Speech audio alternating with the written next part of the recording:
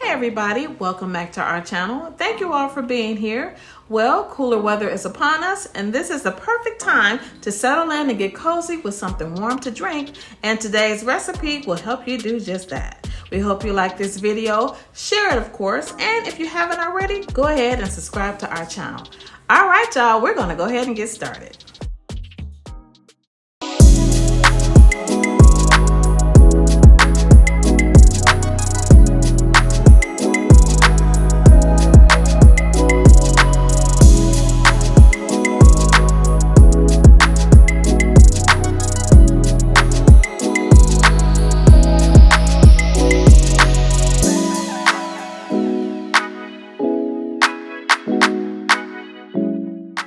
So going over our ingredients, we have some ground nutmeg, we have star anise, fresh clove, orange juice. You can also use one whole orange if you'd like.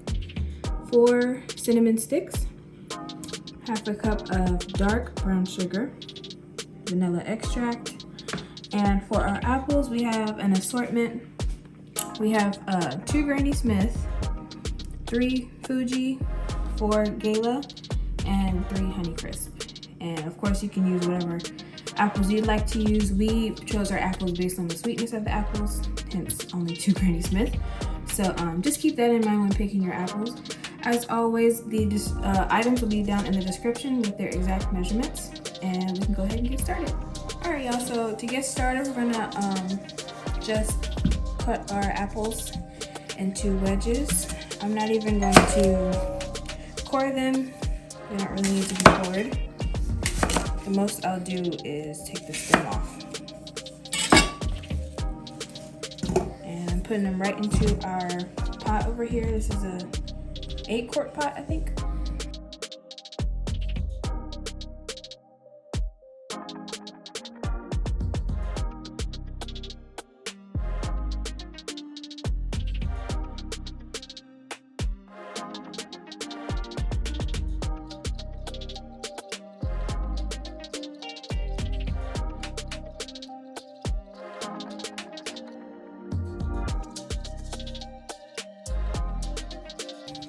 Alright, so we wanted to talk a little bit more about the apples.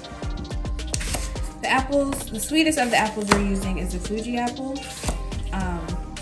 So when picking your apples, keep that in mind on how sweet you might want your cider to be. Of course, you can add more or less sugar, but picking the right apples will help you in the long run as well. Yeah, it makes for less work in the end if you get some apples that are sweeter to begin with. Right. Naturally sweet. I had never had a Fuji apple before this. Well, when I was a kid growing up, I just thought an apple was an apple. So it was just like, okay. We mostly had just I guess we called them just red apples. So I had no idea that there were different kinds of apples when I was a kid, because that's mostly what we had. Yeah. In the house, so. I think I knew there was different ones. I didn't know there was so many different ones. Yeah, because by then I knew better, so and I was able to right. teach you guys better because I knew better then. So yeah. And then I started cooking more. Then you learn certain apples are better to cook with, and so it just became a thing. And then there we all have certain apples that we like the best. Yeah, so. What's your favorite apple, Mom? I'm not an apple person per se, so I don't really care which apple. You know what I mean? So I guess the red apple, which is what? What is that red apple? I still call it the red apple. I think it's red. Out of Red habit. Delicious. Red Delicious. Out of habit. Yeah. So yeah, I guess that would be my favorite apple. That's funny. That's one of my least favorite apples. I can believe it. Only because of the skin. The apple itself is fine. It just seems like the skin is so tough. Granny Smith is by far my least favorite apple for sure. Granny Smiths are great to cook with. They are. Yeah, so. I think my favorite apple is either Honeycrisp or Gala. See, had we gone back to that orchard, we could have Right. picked our own apples. Could even use a little info cards. I know, right? We just didn't make it back there, guys, but we really still plan to. All right, so we have our apples cut up, seeds and all. So now we're gonna go ahead and just dump the rest of our ingredients in, and around 10 cups of water. You could put more. Just want to make sure the apples are covered with at least about an inch or so of water. And you want to leave room at the top of the pot, Right. too. So we'll just be good. Yeah, because the apples will begin to float as they cook, and you don't want it to boil over. So Right. make sure you leave room at the top. So what are we adding, Ricki? these are our cloves. I love clove. I'm not a clove girl. That's another thing. But I love apple cider, so I'm looking forward to all of the ingredients together. Yeah. So, yes. This is star anise. This smells like licorice. Did you smell this? It smells just like licorice. I'm so sorry. But it's gonna do its thing. You know, yeah, it does smell like licorice. This is some ground nutmeg. You can use a whole nutmeg berry also if you'd like. We just preferred the ground nutmeg because that's what we're familiar with. Yeah, this is another recipe that's kind of freestyle friendly, but you want to have your basic ingredients, of course, like your apple and your water and things like that. Right. But you can kind of switch it up. People use cranberries and lemons and, you know, different things like that. So feel free to experiment. You could use, this is vanilla extract. You could use a different extract too if you'd like. Like a maple extract would probably be really good. Yes, some people do use maple extract. Here's some orange juice. This Some is- of the best. Right, simply orange, which is 100% orange juice. Try to if you're going to use orange juice, try to use some really good orange juice. If you're not going to use a a fresh orange. Yeah. Which if you're going to use a fresh orange, I would just peel it and then just throw it in there. 4 cinnamon sticks. We love cinnamon, as you all know. This is half a cup of dark brown sugar. The dark brown sugar will give you a good color on your apple cider, but you are more than welcome to use light brown sugar It's so pretty. as well. And we're gonna go ahead and add our water. Okay. So we got 2 cups going in. Yes. Gonna be using a 2-cup measuring cup. And here we go. We're at 10 cups. So yeah, that's perfect. Yes, I don't know if you guys saw with that last one I poured in, the apples rose some. So just keep that in mind Right. when adding your but you know, as you can see when I press it down, they're covered. So your house is gonna smell amazing. Of course. We're gonna go ahead and put this on the stove on about medium-high heat and covered, and then we'll be right back. All right, so we're over at the stove. We want to make sure we just push everything down a little bit in the water, just to introduce your seasonings to the water. Make sure everything is, you know, down there a little bit. And then, just like we said, keep in mind that it's going to rise. And what we're going to do is we're going to bring this to a boil, and then we're going to cover it. And after we cover it, we're going to reduce the temperature and bring it to a simmer, and then we're going to simmer for about an hour, and then we'll come back and let you all see what it looks like. So here are our apples after cooking for an hour, and this is our first time making this, and I think we're doing pretty good. Me too. I'm so excited. All right, y'all, we're going to cook this for about another hour and a half, and we'll be back. All right, y'all, so it's been about 2.5 hours, and this is what our cider is looking like. Wow, the apples are really cooking down. If y'all can smell this. It smells amazing. You can really smell the clove. So what we're going to do now is we're just going to mash up everything just to get everything, you know, all the juice out of all the apples that may be remaining. This is not how we're going to mash up, just. But you can see how soft it is. Before we start to mash everything up, we're going to fish out all of our whole seasonings, you know, the star anise and the cloves as much as we can. And so we'll be back. All right, y'all. So now we're going to go ahead and start to mash our apples, and then we're going to be straining this out. So anything that's left in there, it'll come out once we start to strain it. Now you can use either a cheesecloth or a really fine strainer. So we'll show you guys that when we get to that part.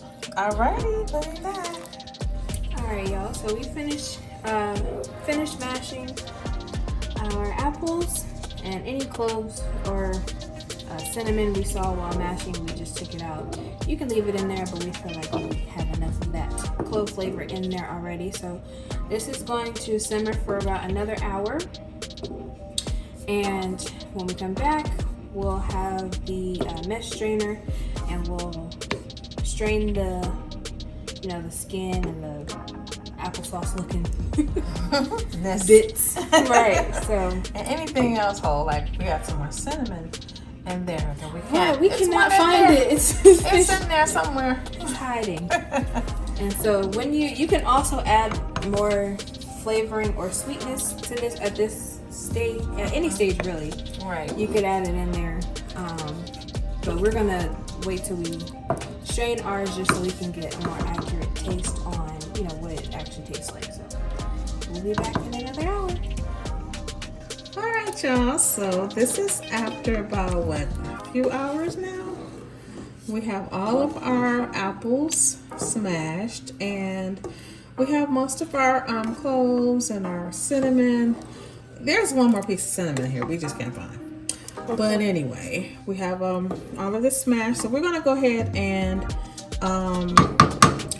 put it through our mesh strainer and get all of the juice, like the actual cider, and leave all the mushy stuff behind. So we'll be right back, y'all. We're gonna go ahead and get started on that. All right, y'all. To get started with straining our apples, we have one of the biggest bowls we have, and our fine mesh strainer is sitting on top of it. And just for now, until it's kind of cooled off and we have a little bit more control over it, we're going to use a ladle, but you can use something bigger like the 2-cup measuring cup that we had earlier. That will work fine as well. But you're just gonna scoop it and put it into the fine mesh strainer and press against the flesh of the apples just to get any remaining liquid in there into the bowl under. So we're gonna go ahead and do that, and then we'll be back to tell you guys the next step.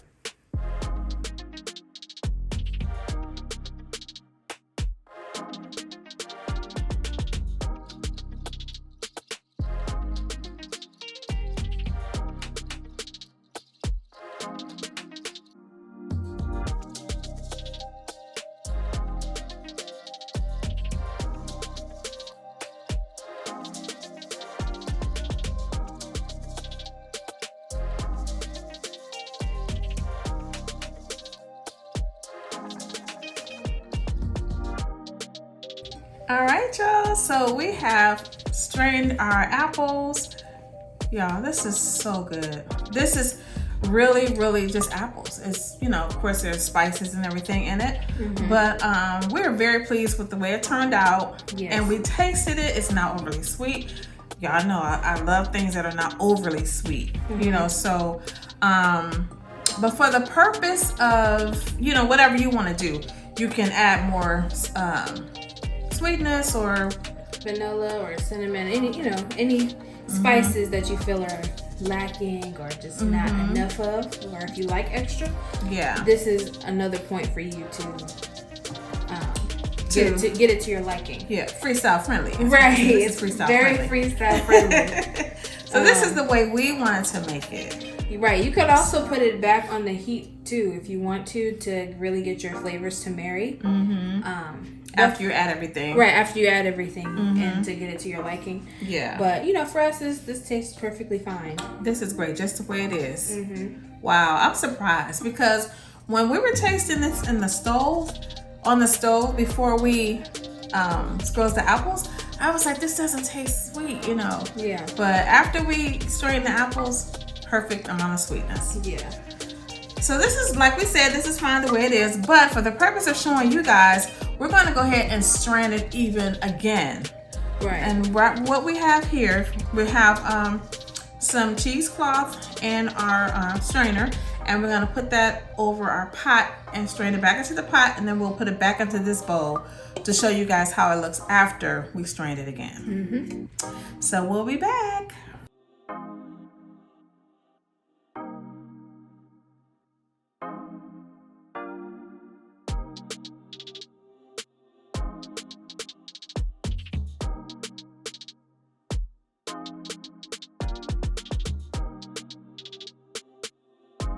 All right, y'all, so now we, like we said, we just strained this again for you all. And you can have, we tasted this and it's really tasted, it's just like applesauce. Of course, we'll be getting more liquid out of here, but it, if you see that it has the texture of applesauce. Right, this is like the exact texture of applesauce. Yeah. But of course, this is not the traditional method.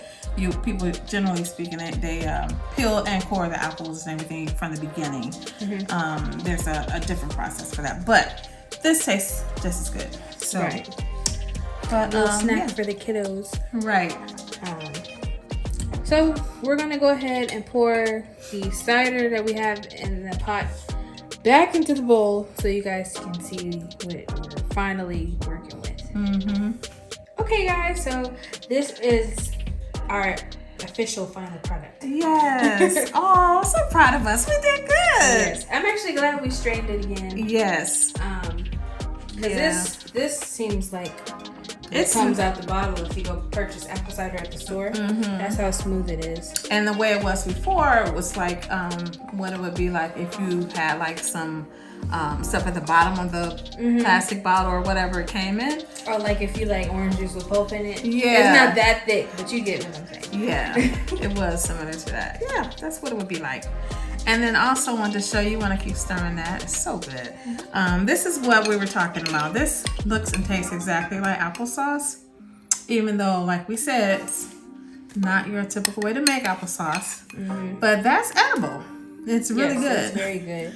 Yeah, just needs a little bit of sugar. If you want to taste just like, applesauce, you can add some more sugar, but yeah, just a little bit, or not, or not. I can eat that how it is.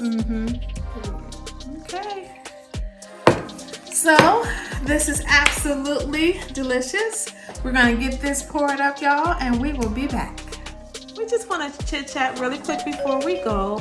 This is spiced apple cider, y'all. This was so much fun to make. I'm so glad we did it.